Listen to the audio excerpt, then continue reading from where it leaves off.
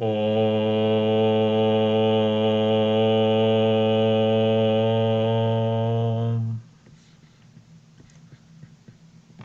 Namaste to all. And today we are gathered here to enjoy a wonderful story found in Srimad Bhagavatam. This story may not be that popular, but this story is loaded with a wealth of information. If you are looking for a story plot with twists and turns, there is none. I'll tell you right at the outset. But this story is going to talk about two of the highest Bhaktas whom Bhagavan Sri Krishna himself celebrated. Their names are Srutadeva and Bahulasva. We will look into this wonderful story to see what is in it for us and how we can profit from this wonderful narration. As we have discussed the idea of bhakti many times in this forum, bhakti is possible because you want an emotional connect with Paramatma. And there are different levels of bhakti. A few weeks ago, I posted an article called Navavida Bhakti, 9 different types of bhakti. Maybe we'll look at them another time. But that article is also available for people to read. As usual, today's article is accompanied by today's talk is accompanied by this article which I have pinned on the top. So folks who are interested can take a look at that and be profited from that. So we are aware that there are different types and flavors of bhakti. We are aware of how Yashoda Maiya's bhakti is in one level, whereas if you look at the other gopis, their bhakti is in a different level. Uddhava's bhakti is in a different dimension, as is Arjuna's. So we see that a lot of Bhagavatas look at Bhagavan from different vantage points. But there are some common Bhakta Lakshanas, despite the flavor they are in. And we get this story in the 10th canto or the Dasamaskanda of Srimad Bhagavata in the 86th Adhyaya, 86th chapter. Okay. Now here we will go through the story and then we will continue with our analysis. Okay. So first and foremost, the plot. There was a Krishna Bhakta called Srutadeva. He lived in Mithila. And those who are aware of geography, Mithila is the place where Sita is native of, that is north of Bihar in the Nepal region. And we look at Krishna, he is like thousands of kilometers in the opposite direction in Dwarka on an island. So here we have this Krishna Bhakta, and one day Krishna called his charioteer and said his name is Daruka, and he said we are going to go there. But before he starts heading, let's look at what attracted Krishna, what was in Srutadeva that attracted Krishna. The Bhagavatam captures some very, very important points for you and me. The first thing is, he says he is a Dvija Shrestha. Now the word Dvija means twice born. That means that they have a samskara of Upanayana happened. Now you have to understand, in back in the day, everybody had a ceremony possible with only the one community, whom we call the Shudras. For them it was optional. So Kshatriyas, Brahmanas, Vaishyas all had it mandatory. So everybody had that ceremony going on. So he calls him Dvijashrestha. So what? Even Drona was called Dvijashrestha and so many other people. So what is the big deal? And then Bhagavatam gives us some layers of information. He is Purnartha. That means he is focused on understanding, committed to the full Purushartha. That is what he is. Then he also has the quality of Shanta. That means one whose mind is in quietude. Then he is very, very scholarly. He is referred as Kavihi. That means he is very, very learned person.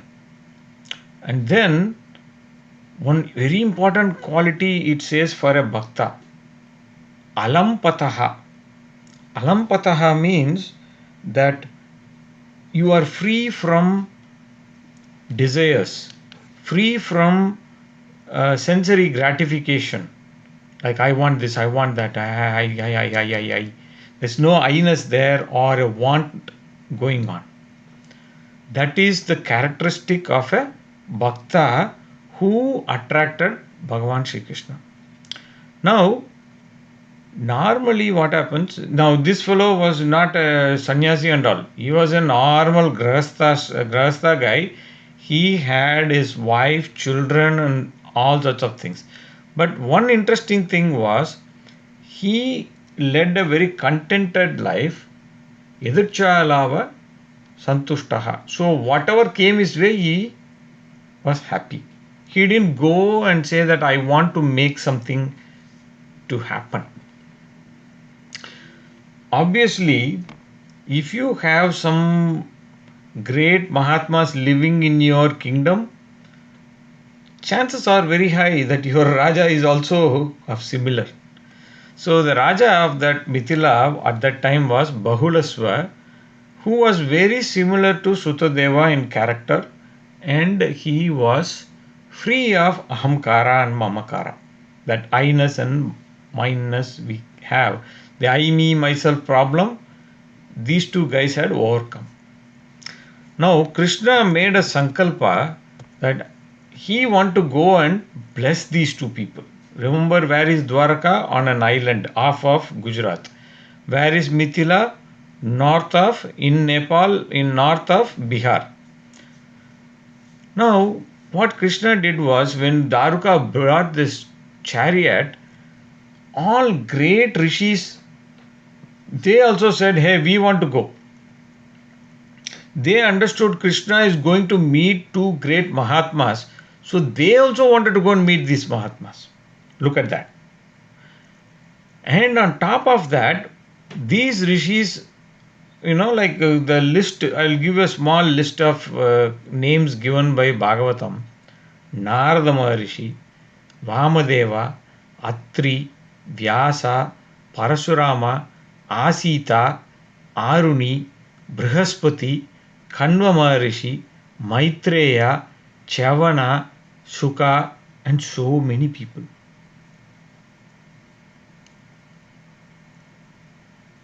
If you take one of this character, just any one of these great Mahatmas, you can keep talking about their greatness for hours together.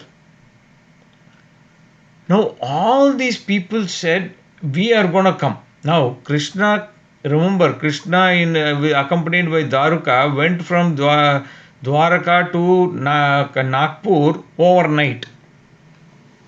Remember the Rukmini episode? So his chariot is capable of traveling that fast.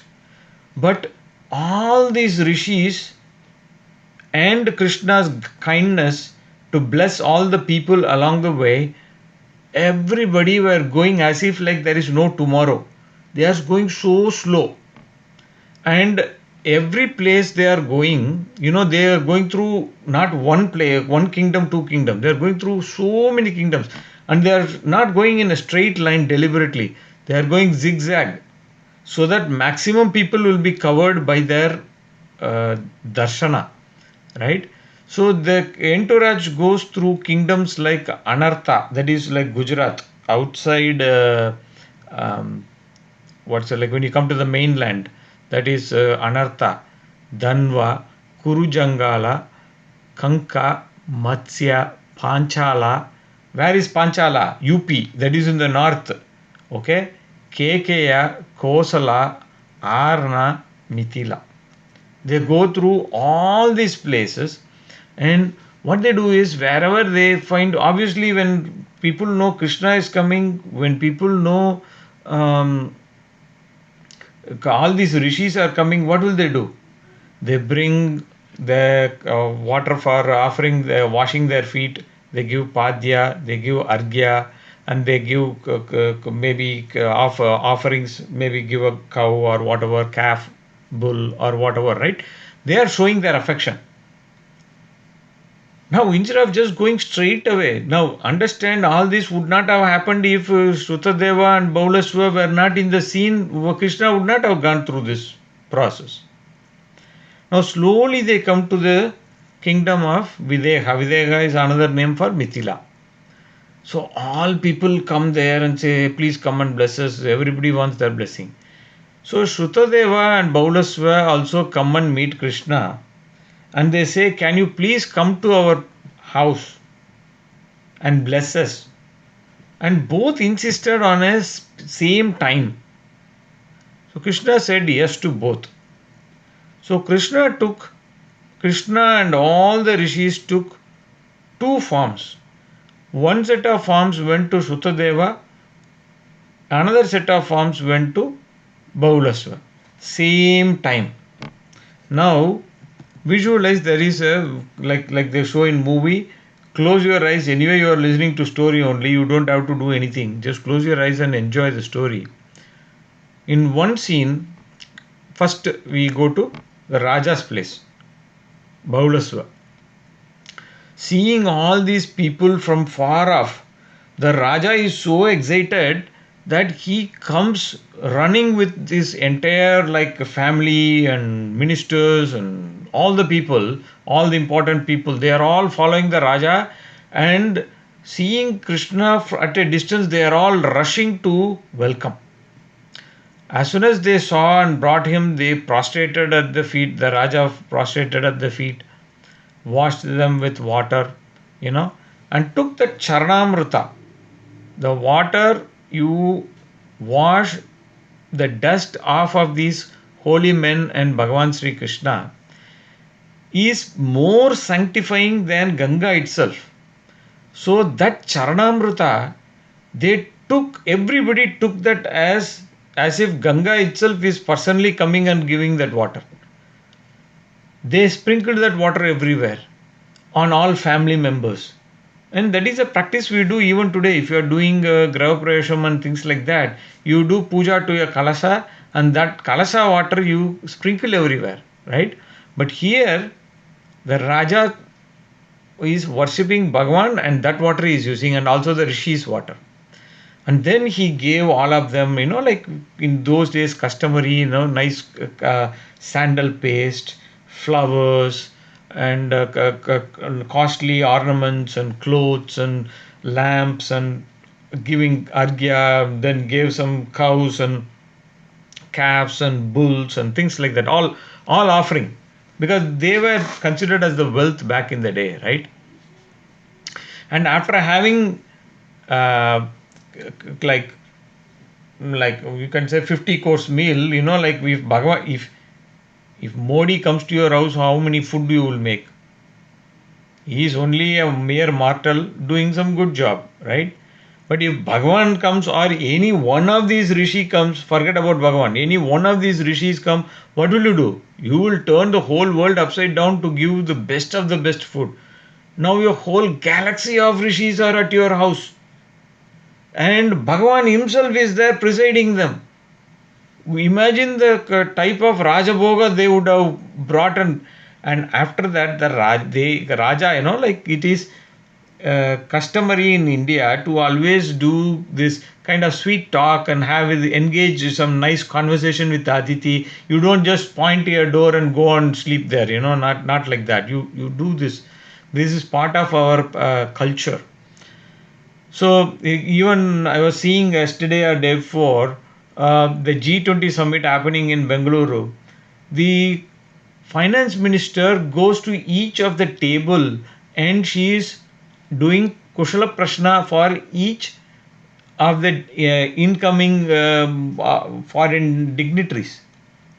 Everybody is busy eating. Ministry is not focused on eating. She is only engaged in doing the upachara. So same way the Raja took Krishna's feet and put it on his lap and is slowly stroking it and pressing it and massaging it. Oh my God. What a blessing to have Krishna's feet on your lap. I'm so emotional. So what a blessing it is. Just close your eyes and just enjoy that moment. And Srutadeva Bahulasva started telling, that the conversation is happening, right? That conversation is recorded in, beautiful conversation is recorded in Srimad Bhagavatam. So Bahulasva said, Bhagavan, I know one thing. What is it? That you are the Atman, that is the very essence of every living being. I understood that.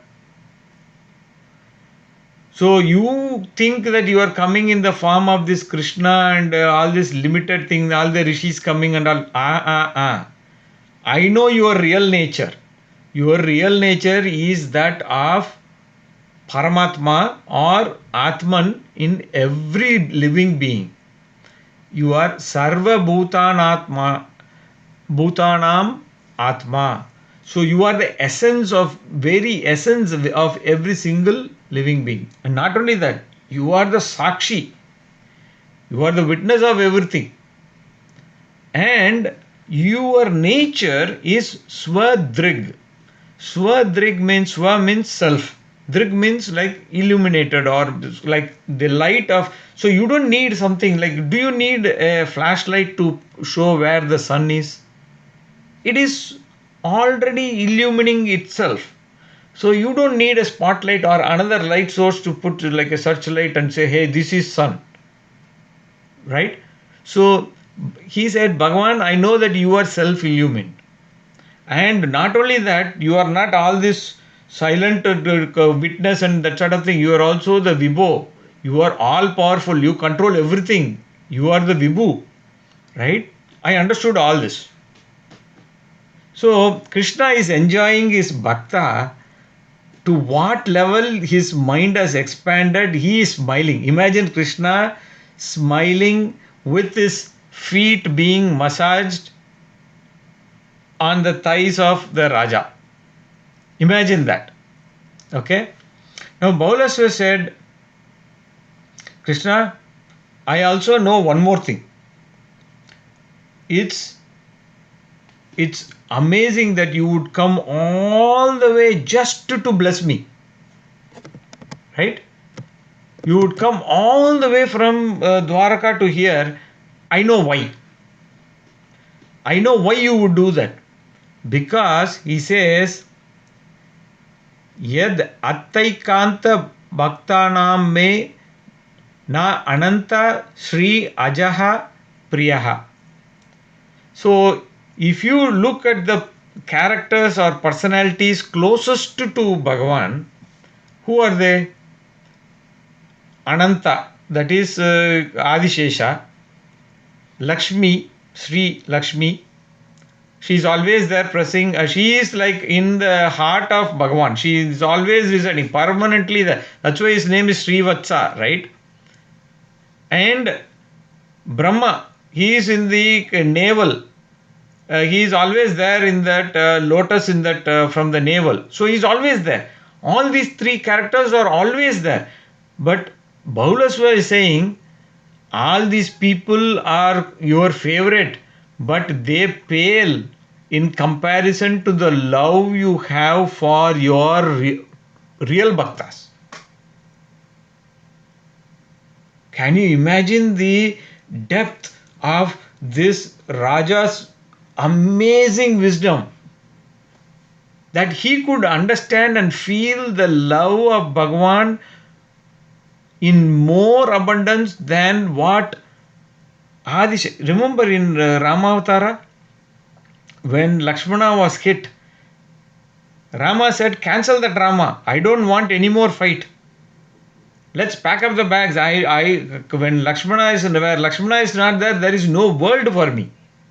When Sita was kidnapped, he is okay. He is like, I will go fight, bring and rescue and do all this thing. But when Lakshmana is gone, he says no.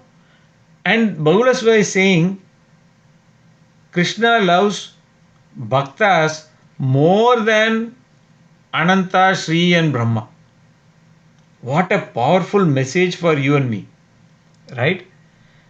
And then Bhagavan also, he was thinking loud. He said, Bhagavan, what kind of lunatics will be us? Like he's talking more like people like you and me who are chasing the stupid samsara cycle, when all you need to do is give your ahankara and mamakara to Bhagavan, and then what Bhagavan does is he gives his sarvasva, he gives his complete self to you. When you are saying I, me, myself, what are the things that you are holding? Whereas when you give it, how much you will get from Bhagavan? You get entire Bhagavan only in return. So he says, I am not signing up for this samsara deal. I want only you, Bhagavan. Only you. Imagine that. And then he says, Krishna, I know your Leela Swarupa. I know that who is Paramatma, and I also know that Paramatma is none other than this very Krishna that is sitting right in front of me. I know that. I got it. This avatara is not going to throw a monkey wrench in my understanding.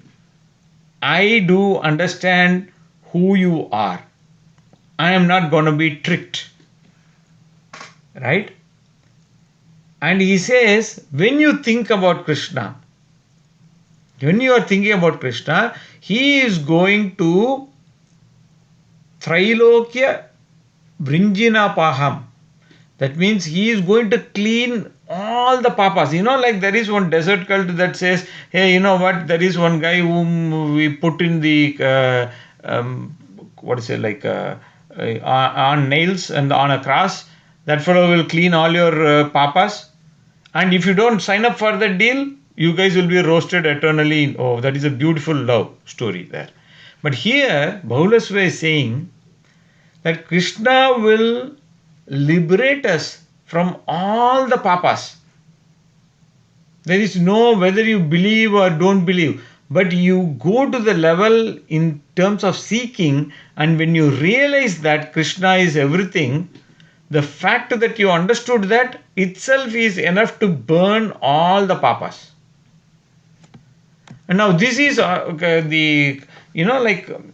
happens where even in Narasimha Avatara, if you look at it, there is this wonderful, Bhaktas have this wonderful nature. When they see Bhagavan, they get excited and they start this stuti.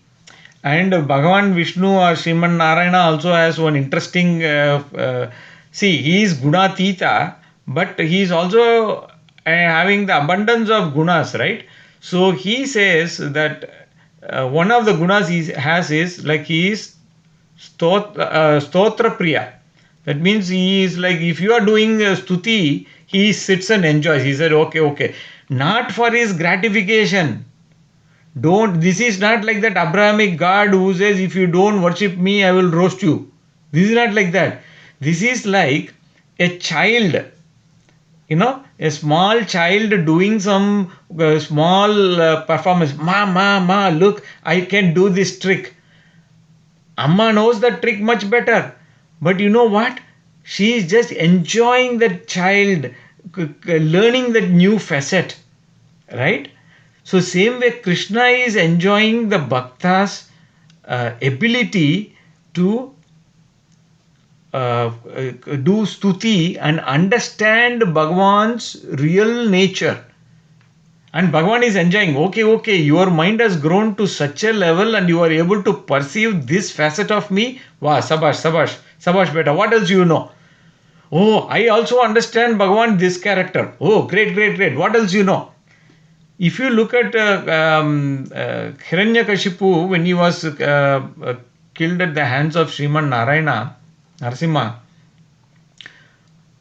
the whole universe was shivering because people were thinking like, oh my God, how will we wanted to get rid of this Asura. Now we are replaced with something even more terrible.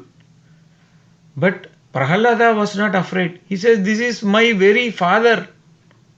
This is not my physical father. This is the father of every father. This is the father of every being. Why should I be afraid of Sriman Narayana? Just because he is in a different costume, why should I be? So he launches into stuti.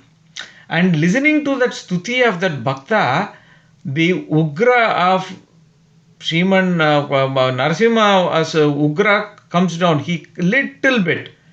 Immediately looking at the opportunity, Brahma, who was standing behind in fear, he said, okay, he joins in stuti. And then comes our Indradi Devaras, everybody like, okay, I will also join in stuti. So why I am saying that is, stuti from these Bhaktas is a different level. That even the Ugrata of Narasimha is calming down. Look at the power of the stuti. And these stuti is not like on face value. It's like not saying like, hey, you are cool, you are do. This is the realization of the Bhakta that is expressed as stuti. So the real state of the Bhakta is expressed. Okay. Now this is, while this thing was happening, simultaneously we have another Bhakta. Who is that? Srutadeva. Now Srutadeva is the main, I mean like both the people are equal reason, but Srutadeva is the primary mentioned reason why Krishna chose to come. Right? Now Srutadeva is a poor Brahmana. He is like a epitome, or like he is the example you can give of who is a Brahmana. He has no money, he has no wealth. He does puja by going around his house, collecting in garden whatever flowers he gets, whatever water, whatever lotus is in the ponds nearby. That's all he gets. And whatever food somebody gives, he eats. That's all. But he is also excited when Krishna showed up at the door with all these rishis. Just imagine if like we were talking about Modi coming to your house, right? If Modi knocks at the door and he is at your house, I know you will be excited, but you will be equally confused. Hey, what should I give? Should I give him coffee, or should I give him tea? Should I give him juice? Should I give him water? You are so confused, right? That is a Bhakta Lakshana. When you are thinking about an Atiti of the caliber of these rishis or Bhagavan himself, obviously you will be so confused. You will be disoriented in joy. You don't know. You are simply jumping up and down, and you are going right, you are going left. You don't know. And Bhagavan is standing there and enjoying that. He is enjoying the beauty of the Bhakta's mind and that excitement. It is priceless. And all our Srutadeva has got to offer is some darba seat, some darbasana he gives. And then he gets his wife. Like today's feminazis immediately say, right, oh, those days patriarchy, they don't let women do. Nothing of that sort. Both in Srutadeva's case and in Bahulasva's case, the women were in the front. The women of the house, that is the wife, was in front along with the devotee in doing the puja, in welcoming the guests, and in doing all the things they did. Now, what happened? The same thing happened. But Srutadeva washed the feet of all the rishis and Bhagavan. That pada duli was like the dust from that feet was considered like what is it, like if you put chandan on Bhagavan's body, you scrape that and you take that. They treated it like that. And the water they got from washing their feet, that Charanamrita, they considered it holier than even Ganga only. What a state of mind. And then remember, in Bahulasva's case, he gave like Raja Upachara, right? He gave all the thing. But our Srutadeva is the exact opposite. He gave the simplest of simplest Satvika food. It's almost like a joke that what he gave, and if you compare it with what the Raja gave, is like not even in the same menu itself, is not in the same level. But all he gave was simple food. And that simple food also was, bulk of it was easy to get, like fruits from a neighboring tree and things like that. Then he got some dupa deepa and things like that, and then he got some water from nearby source and some tulasi and some basic darba and that sort of thing. That's all simple things what anybody could get from the road, from the living a normal poor life. And then he said, like he also is having some interaction. He also is holding on to Krishna's feet. Look at that bhagya, that they could approach Bhagavan, they could hold his feet, and they could do pada sevana. Oh my God, nothing could be more gratifying than that bhagya of pressing Bhagavan's feet, right? And he showed his atiteya, or his ability to do hospitality for the atithis, for not only Krishna. He did the same thing with all the rishis, as if they are different forms of Krishna only. So it is not like, like when Krishna comes, you abandon all the rishis, like, okay, you guys are now secondary, get lost. Not like that. Okay. And then he started saying some things, just like, remember our character, Bahulasva, he was telling some things from the heart, right? Like, you are expressing your feelings and emotions, right? So same way he started telling some things to Bhagavan. Bhagavan, it is not that your glory is revealed only now. It's not like Krishna only came in Krishna Avatara, only all the glory was expressed. No, nothing like that. When you first created, the very first creation, right? The very first Maya, the Panchabhutas came, or at that time only the Bhagavan's Rupa was, like his powers were already expressed through his Shakti, Maya Shakti. That Maya Shakti through which the Prapancha came, right? It is like a sleeping. Now, this is Srutadeva telling Bhagavan. Whatever is in his experience, spiritual experience, he is sharing it with Bhagavan. Maybe for, you can say, as validation, maybe for getting like, hey, you know what, this is all I have figured out. Just like a small child would be so eager to share, like if it puts a puzzle, right? Like a 6-piece puzzle, or a 4-piece puzzle, if the child puts together, right? Like a 3-year-old, 4-year-old, how much excitement will be there? Same way, Srutadeva and Bahulasva are sharing, hey, this is what I figured out. I figured out that Bhagavan, you are projecting the prapancha through your Maya, just like I project my dream. In my dream, I project some things. So same way, you are projecting this entire prapancha. And not just like all the characters in the dream are nothing but me. Same way, despite Maya, despite all this Nama, Rupa, Veda, everything in this prapancha is nothing but you. There is nothing apart from you. This I figured out. And we are here today celebrating what these two Bhaktas did.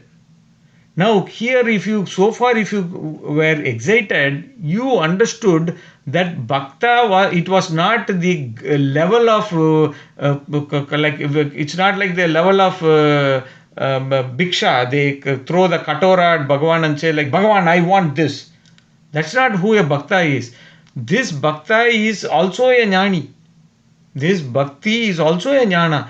And there is no difference between Bhakti and Jnana. After seeing this story, you will say there is no difference.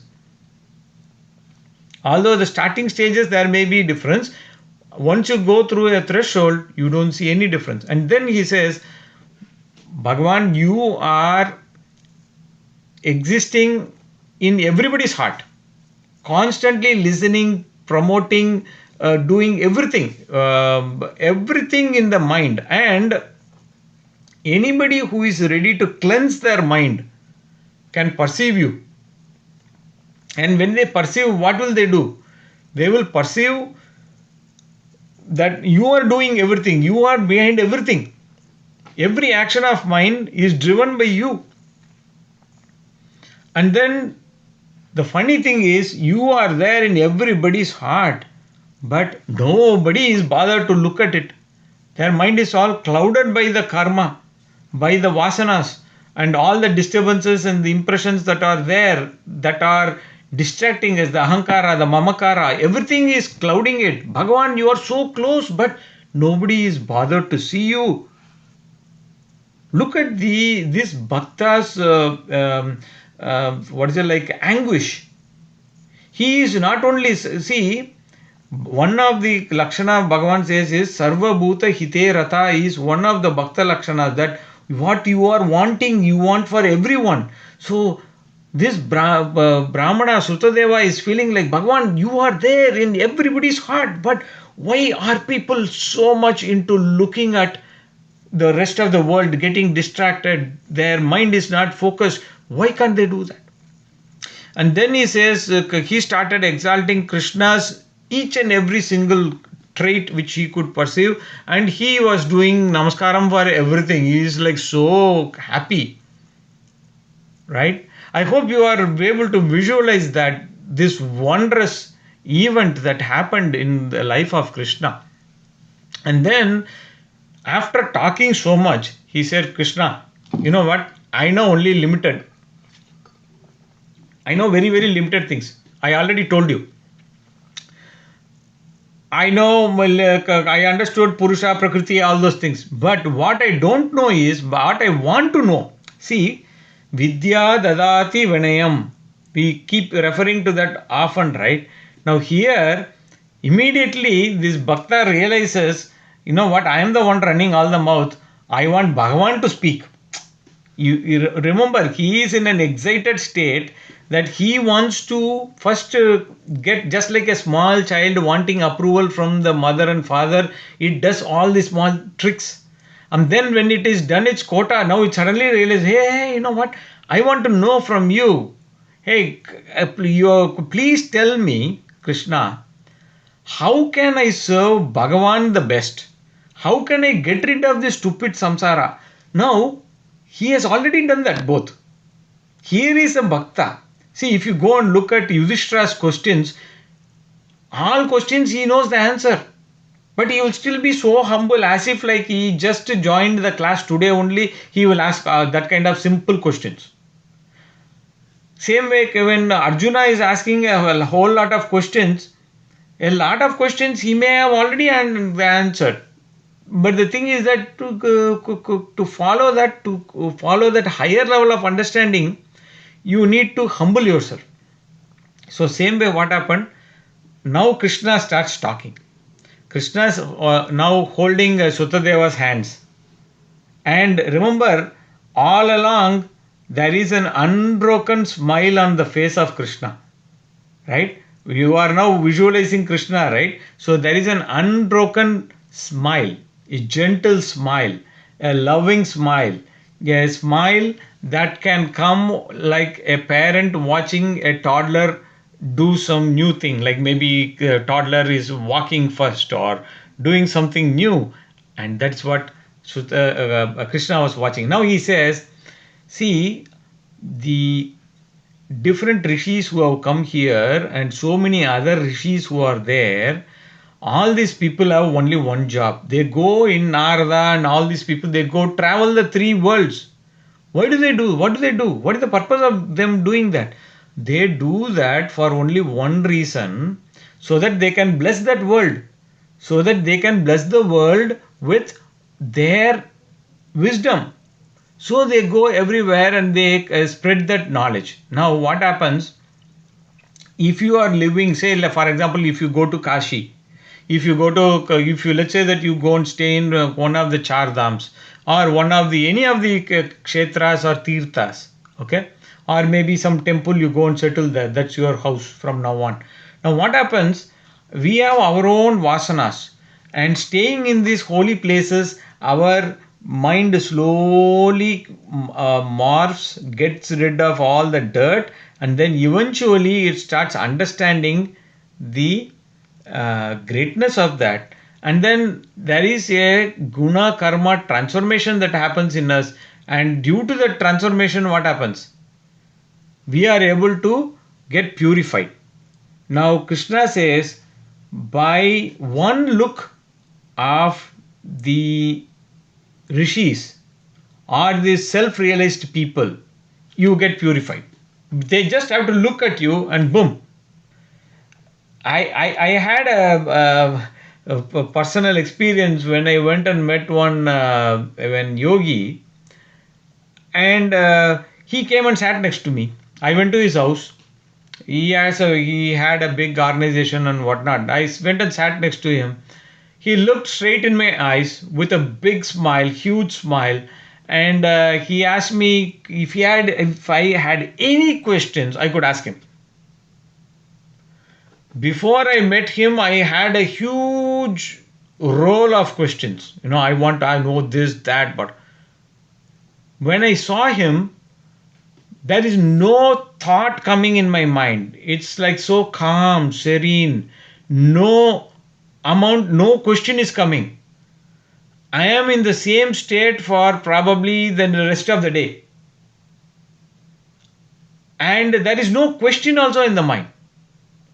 So, when Krishna says a mere look of these exalted stages will purify you, is so true. It can be experienced. It's an anubhava vakya which all of us can experience. Then he said, look, you are born as a Brahmana because you have those good tendencies and vasanas from your previous janma. But that is nothing, buddy.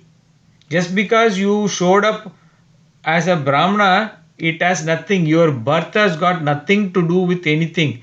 But what is more important is you develop the other qualities through tapasya, austerity, through vidya, by learning, by developing the quality of tushti or contentment, and also developing an attitude of mat kalaya, undisturbed devotion to Bhagavan, continuous bhakti to Bhagavan. So you develop that. Krishna is advising now to Srutadeva. Then he said, look, what happens many times, because of ignorance, because we don't get the understanding, right? We in the sense, like people like you and me and all, we don't understand who a Vipra is, who a yogi is, who a real guru is, who is a real self realized person. And that is a real mistake. And he says, The role model of a person who should be worshipped is a person who knows Vedas and at the same time he is also self-realized. Now we have so many fake gurus. These gurus say that, hey, I am yogi, I realized. But you know nothing about anything. You don't know Vedas. You are saying Vedas are waste. You are saying Mahabharata is waste. You are saying doing puja is waste because you think that only that whatever state you imagined is only right. But Krishna is saying, a person who is in that self-realized state, also has the knowledge of the Vedas. Such a person becomes a representative of Paramatma. He is literally Paramatma in human form. And that person, you chase and you worship them. You find such people and you worship them. And also the combination of this Brahma Rishi state, right? Like where you are having that Brahma Jnana, at the same time you are also having the knowledge of the Shruti and the Shastras, right? That combination is what you are looking for, and that satsanga is very, very elevating. He says those people, those Brahmajnanis are literally Bhagavan in human form. Because there is no differentiation, because their ahankara mamakara has dissolved. So they are just radiating pure bliss from Paramatma. They are just vessels that are radiating Bhagavan's bliss, unadulterated bliss. Okay? So Bhagavan, now what happened? Srutadeva and Bahulasva were so excited to follow the instructions given by Krishna, as if they were not following before. They were. But when Krishna came and reascertained the advice which they were doing, they attained Sadgati or Moksha in that very birth itself. Okay, we got the story. We got it. What is it there for me? Tell me that. How does it matter if Krishna went from Dwaraka to Mithila and blessed two people? How does it matter for me? Remember, spirituality is all about I, me, myself only, right? Because the human nature, we have to work on that. Now, the very first thing is you understand by now the importance of satsanga, right? Bhagavan Krishna highlighted the importance of associating ourselves with Brahmajnanis. When a person is merely educated in scholarly ideas, he is called a Vipra. But when a person experiences that Brahmajnana along with the knowledge of the Vedas, such a person is going to be the embodiment of Bhagavan himself. Krishna is saying now these new age fake guys say, no, all I need is only my realization. See, for realization, there are like your realization is what that matters, bottom line. But how do you get the proof? Like Atma Pramana is one Pramana which we want. That is the main one. But let's say that, for example, you close your eyes and suddenly some light flashes, or maybe you see a lamp, or maybe you see something you are seeing.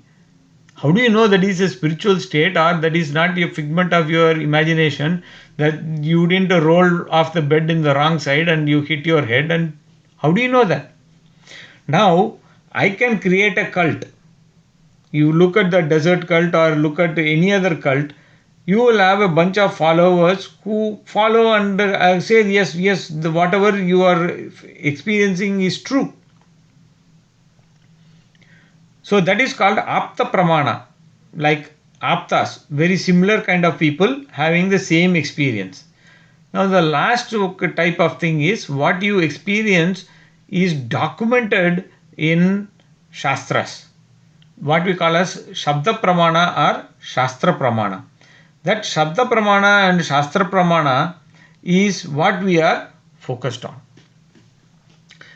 And that is why Bhagavan says you need to be a Vipra, at the same time you should also be a Brahmajnani.